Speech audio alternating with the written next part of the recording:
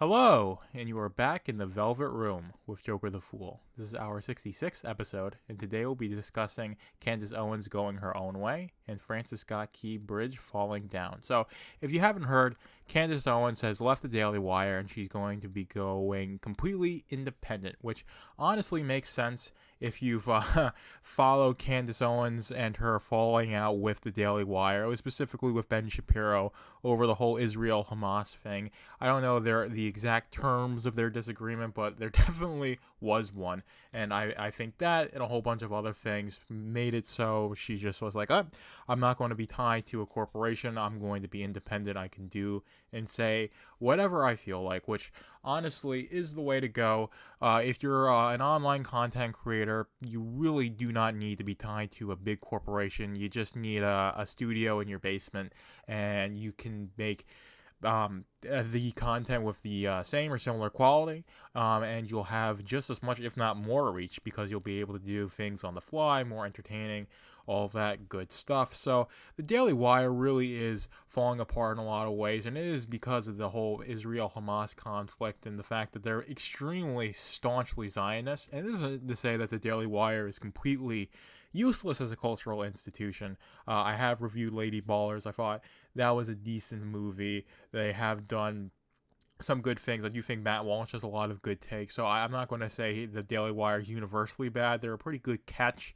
for people who leave the mainstream media, but they certainly have an agenda. They certainly are very much a corporation, and there certainly are reasons to not support them and give them your support, whether that's financially or your time or just recommending them to your friends.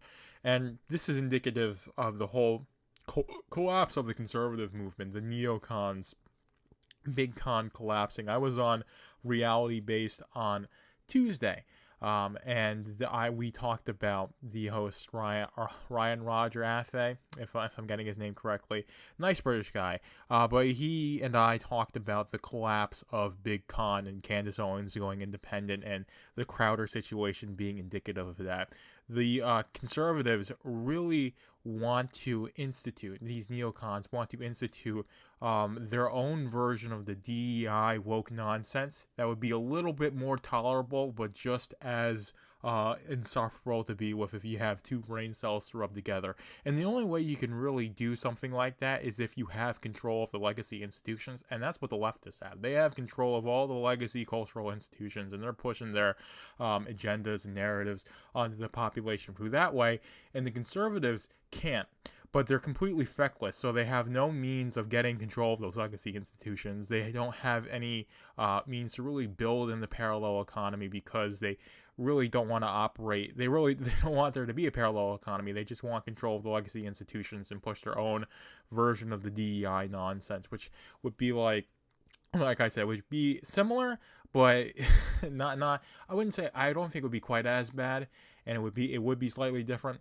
But it wouldn't be a good thing, and it wouldn't bed progress for humanity. It would be just maybe even more so destructive, and you would have a pendulum swing back to where we are now. So there really isn't any point in supporting these traditional neocons, the ones who used to be really passionately invested into Fox News and are now going to places like Daily Wire.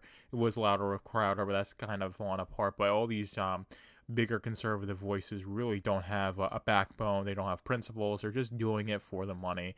And the positions that they have are just positions that they take that'll net them the most amount of views and therefore add revenue from the conservatives, the half of this country that goes and actually votes Republican. That's who they're targeting. That's who they want to have their watch time of, and that's who, honestly, they've gotten. The Daily Wire has been very popular. They've gotten a lot of reach and pull online in terms of being a news outlet, but there definitely are still a very corporate institution, and that's going to be their downfall. And Candence Owens going independent is just part of that downfall. I do think they could course correct, and they'd be able to course correct a lot more easily than someone like a Sweet Baby Inc. would be able to. But there still needs to be a course correction if the Daily Wire is going to be more than a laughingstock in my mind. That's really it. And like I said, Daily Wire isn't completely worthless, it just mostly is. But I think I've gabbed on about that enough. You're still sticking with me. Like, comment, subscribe, getting all that chilling out the way, all that good stuff. We're moving into the next topic. Francis Scott Key Bridge falling down. And now, this is less about the event that happened itself, more or less all the things around it. So there's a lot of stuff going on in reality. And the media wants to pull you away from that and focus on one little thing and have you think only about that. And I think one of the things that they're really pushing for you to be thinking about and to be on your mind is the Francis Scott Key Bridge situation. So if you don't know, there was was a bridge in Baltimore. It's in Maryland. The Francis Scott Key Bridge, a cargo liner crashed into it, made the bridge collapse. Last time I heard, 6 people died, very unfortunately. So it's a very unfortunate situation. And of course, a lot of people are saying, well, this is, DEI stuff because the people driving the ships or whatever were diversity hires, and that's why it's this, and crumbling infrastructure and all these sorts of things. So people are going to be going on and on, but I really want you to think about the timing of all these sorts of things, because there are other issues going on. You have the border crisis, you have the supreme polarization of this country, you have the fact that people are getting turbo cancer left and right. Ninja, 32 years old, got diagnosed with cancer, and he did get the vaccine as far as I know, but he also doesn't have the healthiest lifestyle as well. But you're seeing a lot of young people get cancer. You're seeing a lot of young people get these extremely bizarre blood clots, and we don't know why. We do know why, we're just not allowed to say, right? There are a lot of things going on. The fact that we're heading into the first of the month, more vaccine stuff, I do think they have to release information about the COVID vaccines. They try to get these documents sealed for like 70 years or something like that. Ridiculous. A court ruled they had to release the information, and they were releasing information at the first of each month. And if you noticed, you take a look between, like, I would say 22 up until now, around the first of each month, there's always crazy stuff happening in the news. And you have stuff like Sam Bankman-Fried being sentenced to 25 years in prison also happening around this time. So there's a lot of distractions going on. So you want to be aware that the state has an agenda, right? Whether you're thinking about the state of the United States government or your local government, or it all trickles up to the globalist agenda, the depopulation agenda that is very tinfoil hat sounding of me, but they want to have 100 cities with about 5 million people, a population of 500 million people. It's going to be like a 75 to 90% reduction in the human population. And that's really what they're pushing for. And they want to lull you into a very distracted, paranoid state. Because if you're distracted, you're paranoid, you're thinking about things that really do not matter, you're going to be a lot easier to get rid of. And that's really what I want you to think. Not that you can't keep up with the news or be informed or all these sorts of things, but you want to look at everything critically, and you want to think of everything as pieces of a puzzle, not just these unrelated things that just happen and then you go on to the next thing. It's like, why are these things happening? Why is everything happening basically all at once? And it's hard to process all this information and make sense of it. And I'm not saying that I'm always right and saying like you should focus on this and you should focus on that, but there is an agenda at play, and you have to be aware of that agenda. That, like I said, they want you weak, sick, and completely dependent on the system.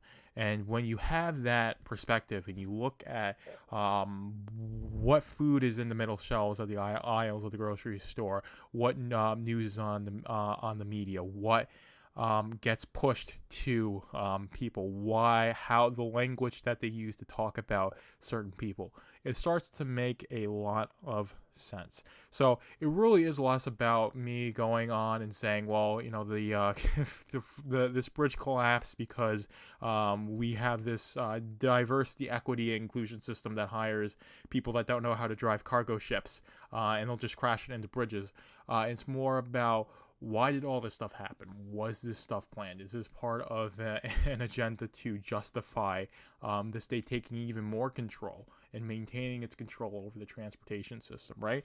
So a lot of stuff that happens is really opportunistic for the state to say, hey, we need control of the roads, because if the roads are privatized, then think of what could happen. I mean, they'll of course say this was due to under-regulation, all these sorts of things, and you'll have people refusing to investigate because for reasons, and then say you're a conspiracy theorist if you think this was planned at all. So there's a lot of hubbub that's going to be made about this, and I do think it's for good reason. No one's talking about this border situation anymore, that we're just importing people in. We really don't have much of a country because the border is open and the infrastructure is collapsing as well, which is something we should be aware of. But this has been a problem where not just these bridges collapsing, although this was more, I wouldn't say an intentional thing, but this is less about like the structural integrity of Francis Scott Key Bridge and more or less just extreme negligence on the part of a lot of people. But the fact that the infrastructure in this country, the United States, has been in such a bad spot, has been known for so long, and really nothing's been done about it. And the people who are supposed to know what they're doing and fix everything haven't really done that. I do think there's a reason for it. So a lot of what's happening is intentional. It's part of a bigger plan, and do not get distracted from that. So that's really it. It's just that do not take the things that happen and get pushed in the news cycle as just these random happenings. I do think there is a plan behind it. I do think there is a degree of intentionality behind the ebbs and flows of the news cycle, and a lot of stuff might just be happy little accidents and coincidences, but I do think a lot of this are people who are rich and powerful, and the elites, because they all know each other. They go to the same country clubs and colleges, sit on the same boards of directors of these companies, so they know each other. They wine and dine with each other. They're in the same group chats and all these sorts of things, so they can plan these things out, and I think they are. And I with that, I'm going to cut it off here, going into the outro now. Thank you for being in the Velvet Room with Jokerthefool. Be sure to like, comment, and subscribe, whether you're listening on YouTube, Rumble, Odyssey, or Substack. And be sure to subscribe to my Substack, velvetroompublishing.substack.com, to keep up with Machine to Man and all my other projects.